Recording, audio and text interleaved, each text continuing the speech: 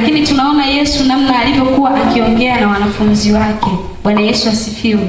Anasema alipofika mahali pale aliwaambia, ombeni kwamba msiingie majaribuni.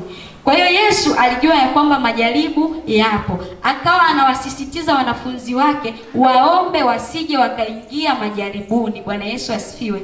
Mwenyewe akajitenga nao kama kiasi cha kutupa jiwe. Akapiga magoti akaomba. Yesu alipowaambia wanafunzi wake ya kwamba ombeni msije mkaingia majaribuni, yeye alijitenga. Akatoka pembeni akaomba. Bwana Yesu asifiwe. Lakini tunaendelea kusoma hapa, anasema akisema, Baba, ikiwa ni mapenzi yako uniondolee kikombe hiki, walakini si mapenzi yangu bali yako yatendeke. Yesu Kristo alikuwa akimzidi Mungu, akizidi kumsihi Mungu, akamwambia, Baba, ikiwa ni mapenzi yako kikombe hiki kifanyaje? Kiniepuke. Kwa sababu tuko wakati wa Kwaresma, tunajua kabisa Yesu alikufa pale msalabani ili sisi tufanyaje? Tuokolewe. Kwa hiyo Yesu akasema, Baba, ikiwa ni mapenzi yako hiki kikombe kifanyaje? Kiniepuke. Anasema malaika kutoka mbinguni akamtokea akamtia nguvu. Naye kwa vile alikuwa katika dhiki akazidi sana kuomba, hali yake ikawa kama matone ya damu yakidondoka nchini. Kwa hiyo Yesu kwa namna ambavyo alikuwa ana uchungu, lakini aliendelea kuomba, aliendelea kumsihi Mungu kutokana na jaribu ambalo analiendea wapi? Analiendea mbele. Bwana Yesu asifiwe. Sisi kama wakina mama yetu tunakutana na majaribu mengi. Kama Yesu aliomba jaribu liondoke, wewe ni nani usiombe? Haleluya. Kwa hiyo unatakiwa usimame uombe, tena ikiwezekana ujitenge kama Yesu alipofanya, akajitenga mbali na nani? Na wanafunzi wake. Haleluya. Kwenye liturujia niishie hapo. Tufungue kitabu cha Zaburi.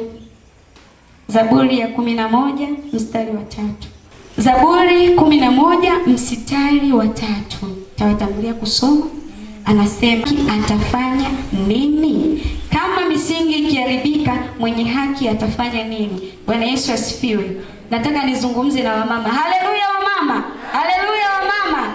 Kitabu cha Zaburi kinatuambia kama misingi ikiharibika, mwenye haki atafanya nini? Bwana Yesu asifiwe. Tunajua kabisa kazi ya ujenzi ndani ya nyumba, ndani ya familia, ndani ya kanisa ni jukumu la nani? La mwanamke. Mwanamke, wewe unatakiwa uweke misingi imara. Bwana Yesu asifiwe. Ili ionekane hii familia imesimama imara, basi ujue nyuma yake kuna nani? Kuna mwanamke ambaye anaomba, kuna mwanamke ambaye anatoa sadaka, kuna mwanamke ambaye anaugua na kuumia juu ya familia yake. Bwana Yesu asifiwe. Ili uwe mjenzi mzuri ni lazima uwe na maarifa. Ili uwe mjenzi mzuri ni lazima uwe na maarifa. Maarifa hayo yaambatane na maombi. Huwezi kuwa mama, huwezi kujenga msingi mzuri kama huna maarifa. Unatakiwa ujue kabisa, haya maarifa kwa watoto wangu natakiwa niyafanye hivi. Haya maarifa, yani maarifa yale yatakupa saizi kanisani kuna kitu fulani kimepungua, wewe kama mama uwajibike. Bwana Yesu asifiwe. Saizi kwa mume wako kuna kitu kimepungua, wewe kama mama uharibike. Ndio maana anakuambia kama misingi ikiharibika, mwenye haki atafanya nini? Kwa hiyo mama kama mama unatakiwa usimame ujenge msingi imara wa familia yako. Unatakiwa usimame ujenge msingi imara wa kanisa lako. Haleluya. Tufungue kitabu cha Zaburi ya 107. Shida zao wakamlilia Bwana katika ziki zao, akawaponya na shida zao. Haleluya. Haleluya. Wamama mnanisikia? Naeleweka Wakamlilia Bwana katika ziki zao, akawaponya na shida zao. Jukumu la kumlilia Bwana halijaandikiwa kwa baba, kwa wamama, kwa watoto, lakini kwenye msingi. Mwanamke unatakiwa uweke msingi imara wa nyumba yako. Nikasema msingi mzuri unajengwa kwa maarifa na maombi. Bwana Yesu asifiwe. Lakini sambamba na hapo tunatakiwa tumlilie Bwana. Anasema wakamlilia Bwana katika ziki zao, akawaponya na shida zao. Ni kweli sisi kama wamama tunakutana na changamoto nyingi sana, hasa katika uchumi, katika ndoa, watoto wetu. Kwa hiyo ukisimama kama mama ukamlilia Mungu katika dhiki yako hiyo hiyo, yani Mungu anataka kwenye hiyo dhiki ndio ufanyaje, umlilie, na yeye atafanyaje, atakusaidia. Wakamlilia Bwana katika ziki zao, akawaponya na shida zao. Ziko shida nyingi ambazo zinatukumba sisi wa mama. Yako mambo mengi ambayo yanatukumba sisi wa mama. Je, hizo shida zako unampelekea nani? Unampelekea nani azitatue hizo shida zako? Au unaenda kumwambia rafiki yako pale, yani jamani mwenzako, mume wangu amenifanyia hivi na hivi na hivi. Yule ambaye unamsimulia hizo shida zako, kumbuka yeye ana rafiki yake, na rafiki yake ana rafiki yake. Kwa hiyo utakapompelekea mwanadamu shida zako, mwanadamu hataweza kukusaidia. Ila shida zako ukimlilia Bwana, shida zako ukimpelekea Bwana, yeye atatuponya. Haleluya. Mstari wa 10. Mhubiri 9 mstari wa 10.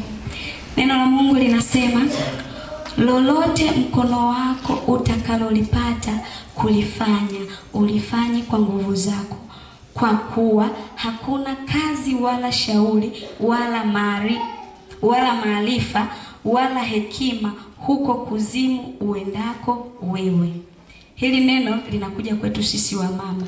Lolote mkono wako utakalolipata kulifanya, ulifanye kwa nguvu zako, kwa kuwa hakuna kazi wala shauri wala maarifa wala hekima huko kuzimu uendako. Bwana Yesu asifiwe.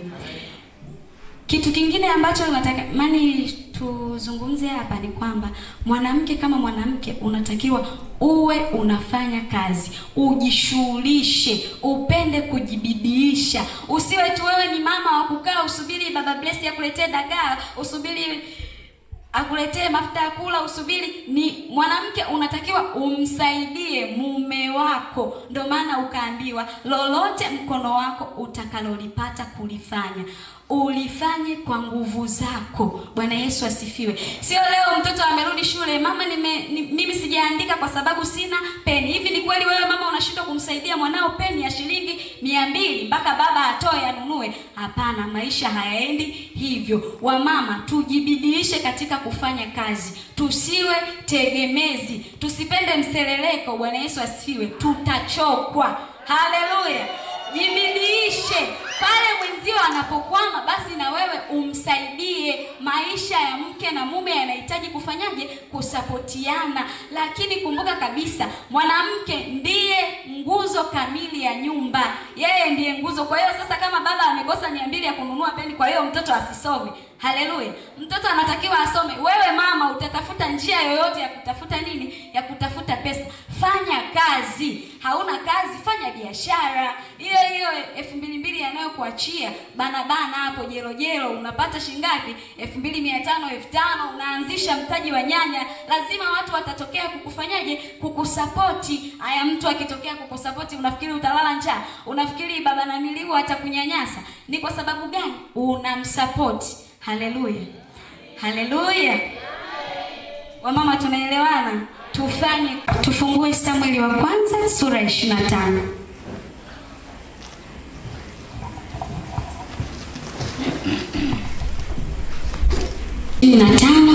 Mstari mmoja tu wa 3. Nao unasema, na jina la mtu huyu aliitwa Nabali, na jina la mkewe aliitwa Abigaili. Na huyo mwanamke alikuwa mwenye akili njema, mzuri wa uso, bali yule mwanamume alikuwa hana adabu, tena mwovu katika matendo yake. Naye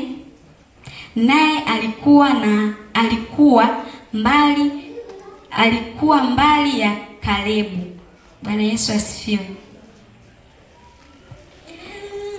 Ukisoma katika hichi kitabu cha Samueli wa kwanza, anazungumziwa mwanamke ambaye anaitwa Abigaili. Wasomaji wa Biblia nadhani watanielewa. Huyu Abigaili alikuwa na mumewe Nabali. Nabali alikuwa ni mume wa Abigaili. Lakini unaona katika huu mstari wa 3 mdogo tu niliouchagua, anasema na jina la mtu huyo aliitwa Nabali, na jina la mkewe aliitwa Abigaili, na huyo mwanamke alikuwa mwenye akili njema, mzuri wa uso, bali yule mwanamume alikuwa hana adabu, tena mwovu katika matendo yake. Huyu mwanamke alikuwa ana akili njema. Mbali na kuwa na akili njema, alikuwa ni mzuri wa uso, Biblia inasema. Lakini mumewe alikuwa hana adabu, tena mwovu katika matendo yake. Bwana Yesu asifiwe. Leo ni siku ya wakina mama. Nimetamani tujifunze kupitia huyu mtumishi wa Mungu Abigaili, sisi kama wamama. Kuna vitu ambavyo vinatokea ndani ya maisha. Kama mama unatakiwa ufiche madhaifu ya mume wako. Ukisoma hichi kitabu cha Samueli wa kwanza, nenda ukasome sura yote, utaona namna ambavyo Abigaili alikuwa akificha madhaifu ya mume wake. Pamoja na kwamba Biblia inasema mwanamume alikuwa hana adabu, tena mwovu katika matendo yake. Hebu nichukulie mfano, wewe mume wako ametoka ameenda kuzaa nje, alafu unaambiwa umsamee. Utamsamee? Si ndio utaanza, yaani nakwambia hata nikoma hivi, amenionaje? Hatutakiwi kuwa na maneno ya namna hiyo, kwa sababu tumeambiwa mwanamke ni mlinzi wa mumewe. Bwana Yesu asifiwe. Mwanamke atamlinda mwanamume. Kwa hiyo jukumu la ulinzi tumepewa sisi wanawake. Kwa hiyo ukiona mwanaume ameteleza, basi ujue haujafanya sawa sawa kazi yako ya ulinzi. Kuna sehemu uliachia space, wezi wakaja wakaiba. Kuna sehemu ulilala, wajanja wakaja wakafanyaje? Wakachukua. Kama haukulala, ikiwa wewe ni mlinzi wa mumeo, imekuwaje anaenda huko? Haleluya. Imekuwaje anaenda huko? Huyu Abigaili alikuwa, ukisoma hichi kitabu na hichi Samueli wa kwanza yote utaelewa. Huyu mwanaume alikuwa ana matendo machafu. Lakini huyu mwanamke hakuwahi kutoka, mimi niende kwa mama Kitua kwa sababu ni rafiki yangu, nikasema yani baba Besi amenipiga, yani mimi huyu mwanaume nimesema simtaki, pale nitakuwa nafanyaje? Namfaidisha mama Kitua. Tayari mama Kitua ana rafiki yake. Mama Kitua na yeye ataenda, shoga yangu mama Makundi, nikwambie mwenzio kimeumana huko tena, na hivi anajifanya ndo mlokole. Tayari vimefanyaje? Kwa hiyo tujifunze sisi kama wanawake kuwafichia wanaume zetu siri. Hata kama mumeo leo hana hela ya kukulisha, wewe umelala na njaa, sio utoke uende ukaseme kwa mwenzio, jamani mimi sijala. Unakuwa unamfaidisha nani? Unamwekea udhaifu mumeo nje. Haya, ujala. Haya, anaonekanaje nje? Yeye ni baba bora baba. Unajenga mazingira gani sasa hapo? Yaani akizalaulika mumeo, basi ujue na wewe umefanyaje? Umezalaulika, kwa sababu Mungu amewaunganisha kuwa mwili mmoja. Sasa sijawahi, yani nashangaa huu mwili mmoja wa namna gani ambao ukitoka huku tukiwa wote mwili mmoja, tukitoka huku naenda kukusema pembeni, nikisogea hivi, yani haileti maana. Bwana Yesu asifiwe. Sisi kama wanawake ni jukumu letu kuwa na kifua, tuwatunzie hawa wababa siri. Haleluya. Waebrania 11:1 nayo inasema, basi imani ni kuwa na hakika ya mambo yatarajiwayo, ni bayana ya mambo yasiyoonekana. Basi imani ni kuwa na hakika ya mambo yatarajiwayo, ni bayana ya mambo yasiyoonekana. Haleluya. Nimetamani tujifunze kidogo kwa habari ya imani.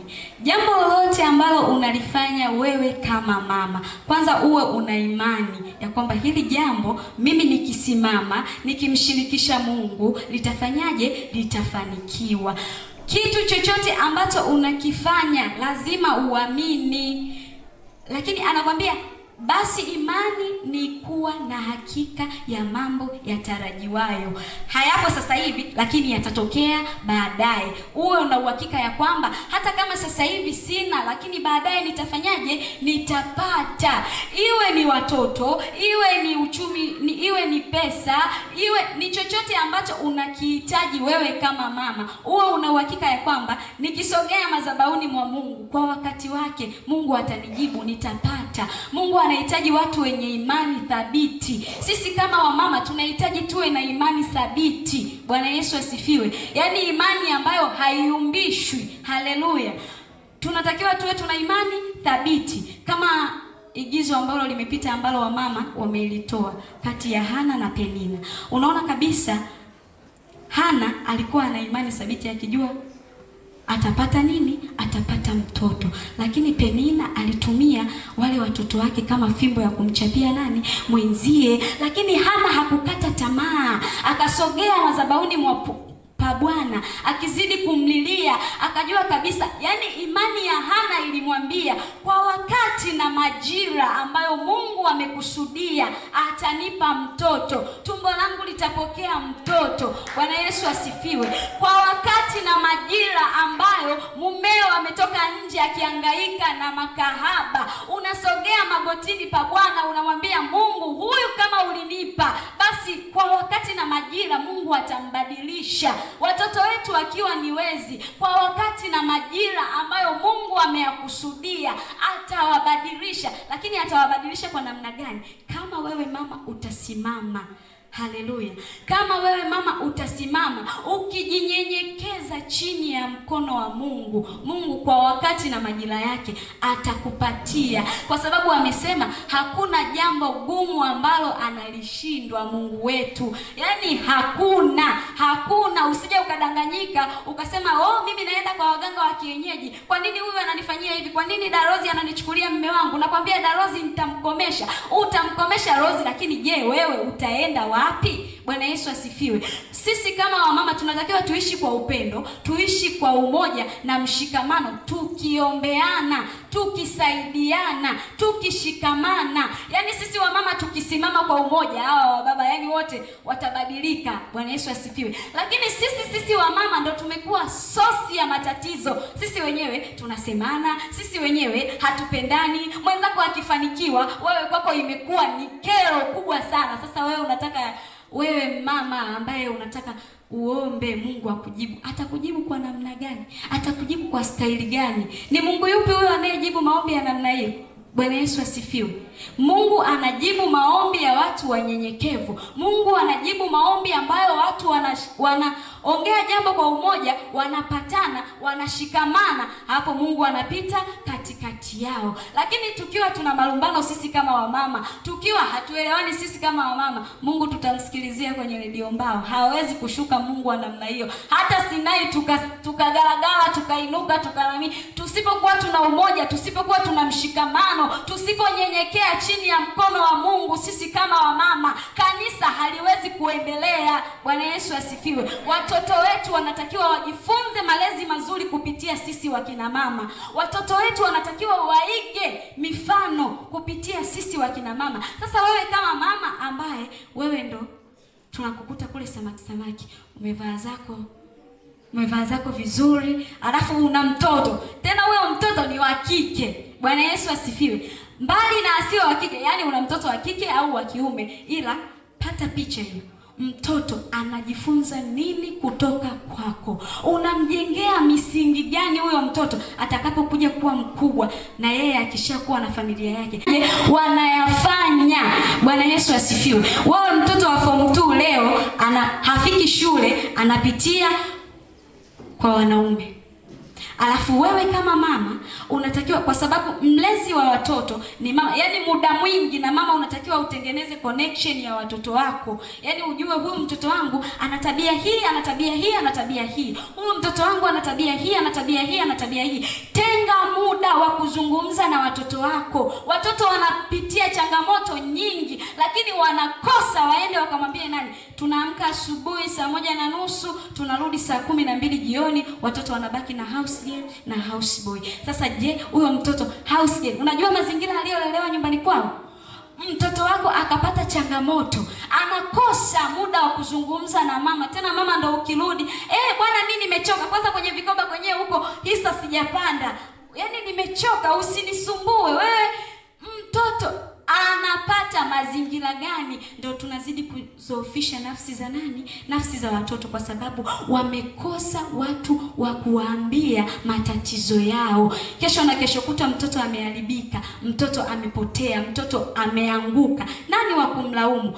Wewe ndio wakulaumiwa, kwa sababu wewe haujajenga misingi ya kuzungumza na watoto wako. Haujaacha muda wa kutamani watoto wako wakushirikishe jambo. Watoto wana mambo mengi mengi mengi mengi. Tena sasa hivi dunia yetu ya utandawazi, yani ndio zidi watoto wanazidi kufanyaje? Kuharibika.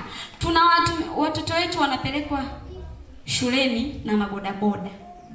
Wale wanaopanda magari sawa, lakini unaaminije usalama wa mtoto wako na huyo bodaboda?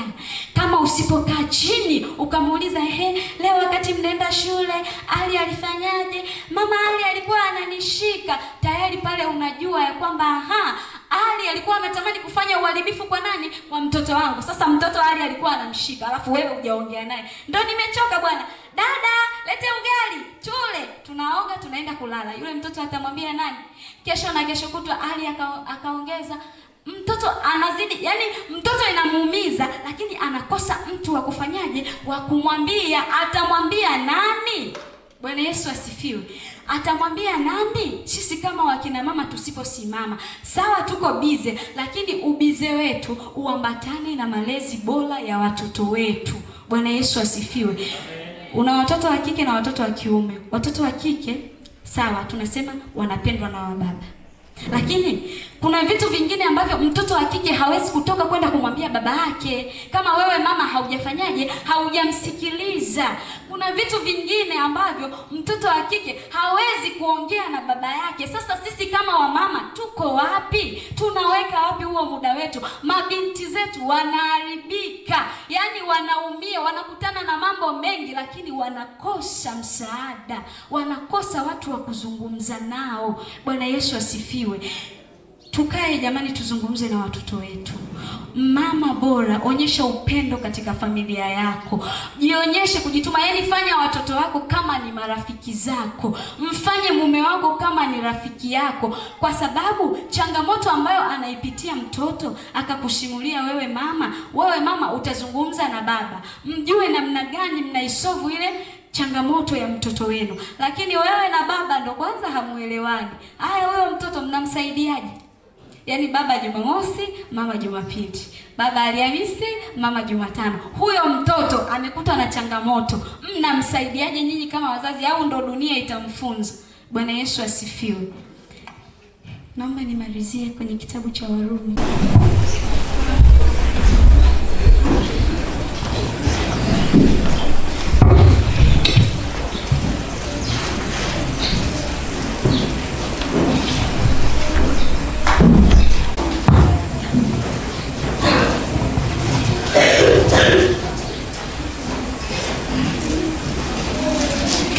Neno la Mungu linasema, mitume wakamwambia Bwana, tuongezee imani. Bwana akasema, kama mngekuwa na imani kiasi cha chembe ya haradali, mngeuambia mkuyu huu, ng'oka ukapandwe baharini, nao ungewatii. Bwana Yesu asifiwe. Sisi kama wamama tunatakiwa tuombe kuongezewa imani. Haleluya. Omba kuongezewa imani. Unatakiwa uamini kile ambacho unakifanya. Unatakiwa ukipokee kile ambacho unakifanya. Unatakiwa ukae na utoe hesabu ya kile ambacho unakifanya. Bwana Yesu asifiwe. Imani yako kidogo tu inaweza ikamponya mumeo. Imani yako kidogo tu inaweza ikawabadilisha watoto wako. Imani kidogo tu inaweza ikabadilisha kanisa. Imani hiyo kidogo tu, anasema kama chembe ya haradali, inaweza ikakomboa taifa. Imani hiyo kidogo. Wako wapi wamama wenye imani? Wako wapi wamama wanaosimama, yani wenye uthubutu wa kusema, hakika kwa hili nitasimama katika zamu yangu, kwa hili nitasimama katika zamu yangu. Bwana Yesu asifiwe. Kwa hili wamama tunahitajika tusimame katika zamu zetu. Usiangalie fulani hajafanya, usiangalie huyu amefanya kwa kiwango gani. Wewe kama mama, simama kwa nafasi yako, simama kwa huduma na karama ambayo Mungu amekuitia. Bwana Yesu asifiwe. Ndio mambo yatafanyaje? Yataenda. Imani, Mungu anatamani tuangalie imani. Katika mwaka huu 2025, yawezekana 2024 tulitembea kwa ulegevu. Wa mama wa mtaa wa Sinai tulitembea kwa ulegevu, lakini 2025 Mungu anatamani tusimame tena kwa upya. Sisi kama wamama tunahitajika tusimame, kwa sababu ndo nguzo. Bwana Yesu asifiwe. Vijana wanahitaji kupata mifano kutoka kwa wamama. Yaani wamama ndo kila kitu. Hakuna wababa pasipo wamama. Wako wapi hao wamama watakaosimama, yaani wenye usubutu ya imani? Yaani Bwana Yesu asifiwe. Imani yako hiyo inaweza ikafanya mabadiliko makubwa sana. Yaani hiyo imani ulionayo unaweza ukafanya mabadiliko makubwa sana, hasa ukimtegemea Mungu, hasa ukimwamini Mungu. Wamama ndio tumepewa jukumu la kuomba. Kulia na kuomba ni jukumu la wakina mama. Wakina baba hawawezi kulia. Tunawatwisha mizigo mingine migumu, hawawezi. Wewe mama umetoka zako huko, umeshachanganywa na stress zako za kikoba, ukafika nyumbani unamtwisha mbaba wa watu, yani neno ambalo hata wewe mwenyewe ukikaa unalifikiria mara mbili, hivi ni mimi ambaye nimezungumza hili? Kwa nini vinywa vyetu vinapenda kutamka maneno mabaya? Bwana Yesu asifiwe. Zuia kinywa chako. Wewe kama mama unatakiwa uwe ni mtu wa mfano wa kuigwa, hasa katika mavazi, katika matamshi, katika mienendo, katika usemi. Tuwe mifano. Bwana Yesu asifiwe. Kwa sababu sisi ndo tunaotazamwa. Hawezi hapa mtoto akaharibika akasema ni mtoto wa baba fulani, kwa sababu Biblia yenyewe imesema ya kwamba mwana mwenye hekima hupendezwa, mwana mpumbavu ni mzigo wa mamaye. Haya sasa, wewe mtoto ndo ameharibika useme mtoto wa baba fulani. Wewe baba fulani vipi? Ni mtoto wa mama fulani. Na kitu wewe, yani ukitoka tu kwa jirani huko, lazima baba atajulikana ya kwamba hii ni nyumba ya Mr. Daudi Msani. Lakini jirani akija, mama blessi, yani mama ndo inaanza. Bwana Yesu asifiwe. Mama ndo anafanyaje? Ndo anaanza. Sasa kama wewe unaanza, kwa nini usijipe kipaumbele? Yaani tumependelewa kiasi kwamba tunatakiwa tukitembea tujidai sisi ndo wamama, tukila tuseme sisi ndo wamama, tukiongea tujidai sisi ndo wamama, kwa sababu Mungu ametupendelea. Yaani baraka za rohoni na za mwilini tumepewa sisi wakina mama. Kwa nini tusivimbe kusema, yaani unajifurahia kuwa mimi ni mwanamke, lakini uvimbe ukijiita wewe ni mwanamke ukiwa katika misingi ya neno. Usipokuwa katika misingi ya neno, hautakuwa wewe mwanamke. Bwana Yesu asifiwe. Wakati wenzako wanavimba wanasema hakika mimi ni mwanamke, najidai kuwa mwanamke, nafurahia Mungu kuniumba mwanamke, kwa sababu unatekeleza majukumu yako wewe kama mama. Lakini sasa wewe utavimba mimi ni mwanamke, wakati huku tunajua kabisa wewe mwenyewe tayari pale baba fulani kaenda umemtukana. Bwana usimpigie kelele. Kakuuliza mbele wa watu, katoka zake kazini, jamani chakula, dada kampe chakula mbele wa watu. Aya, wewe utakuwa ni mwanamke au wewe usikie ndio utakuwa ni mwanamke? Wewe utakuwa ni mwanamke au wewe usikie ndio utakuwa ni mwanamke? Hata kama tumechoka kama mlikuwa mnafuatilia vizuri, mtu wa kale na mtu wa zamani wametoa. Ni kweli yale mambo yanafanyika, na sisi wakina mama ndo tunaowafanya. Yaani sisi wakina mama ndo tunayafanya, sio wakina baba. Wakina mama ndo tunayafanya.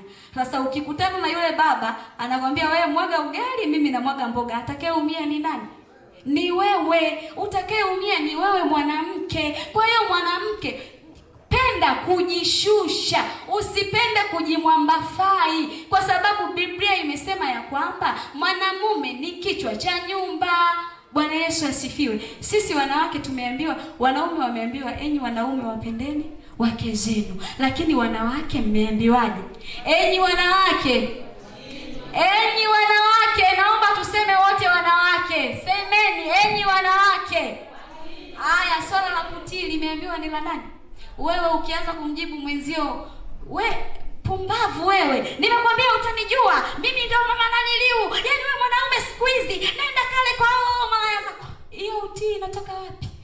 Enyi wanawake, watiini waume zenu. Swala la kutii ni la sisi wanawake. Hata kama mumeo amekukosea, unajua kabisa hapa mzee Wiso amenikosea sana. Hapo mama Wiso ndo anasema yani huyu mzee angekuwa mtoto leo angenitambua. Lakini ndo mumeo ambao Mungu amefanyaje? Amekupa. Alichokiunganisha Mungu mwanadamu asikitenganishi. Lakini tena unaanza, Mungu amesema ya kwamba enyi wanawake watiini waume zenu. Jukumu la kupenda ni la nani? Ni la mwanaume. Kwa hiyo sasa wewe kama mama usijibebeshe mzigo ndani ya nafsi yako, kwa sababu Mungu mwenyewe amesema ya kwamba enyi wanawake watiini waume zenu. Lakini tumeambiwa sisi ni walinzi wa waume zetu. Shuka tu kwa mzee wa siku, piga magoti yako, mwambie baba, kuna jambo 1, 2, 3 linanikwaza, nini silitaki kwa mume wangu. Uone kama mzee wa siku hajafanya.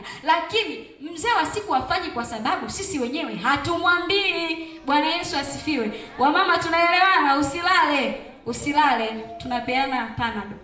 Sisi wenyewe, mtoto una shida ya peni, alafu humwambii baba yako, baba mimi nina shida ya peni. Huyo baba ataota kama wewe umemaliza peni. Ndio kwanza mwenzako asubuhi anaoga, anavaa, anaondoka zake kwenda kazini. Mungu ni baba yetu. Amesema njooni tusemezane. Kwa hiyo sisi wa mama, ukiona kuna jambo linakukwaza, ni kweli unakwazika. Hasa ukikwazika unataka kupigana, una nguvu hizo. Una nguvu za kupigana, utajikuta ndo ushatolewa macho. Kwa hiyo nyenyekea, njoo kwa mzee wa siku, mwambie baba, wewe ni baba yangu. Hili jambo limekuwa ni gumu kwangu, peke yangu siliwezi, nahitaji msaada wako Mungu, naomba unisaidie. Bwana Yesu asifiwe. Amen. Tusimame. Hayo majukumu. Bwana Yesu asifiwe.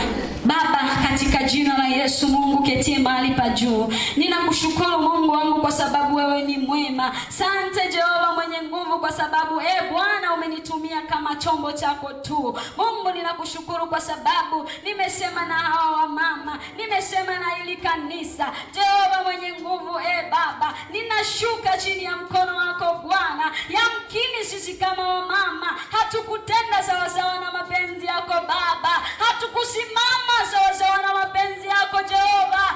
Mungu umetukumbusha ya kwamba sisi kama wanawake tunahitajika tusimame thabiti mbele zako, tukijinyenyekeza chini ya mkono wako, tukikuomba wewe Mungu na wewe unatujibu. Ninakuomba Baba juu ya wamama hawa, pale mioyo yetu ilipokuwa migumu, pale mioyo yetu ilipokata tamaa, Bwana tunaomba ukatujaze tena. Tachilia hiyo imani, tukazidi kutembea katika imani yako Baba. Tunaomba 2025 tukasimame kama wamama wenye nguvu, tukasimame kama wamama waombolezaji, tukasimame kama wamama wavushaji Baba. Bila msaada wako sisi hatuwezi.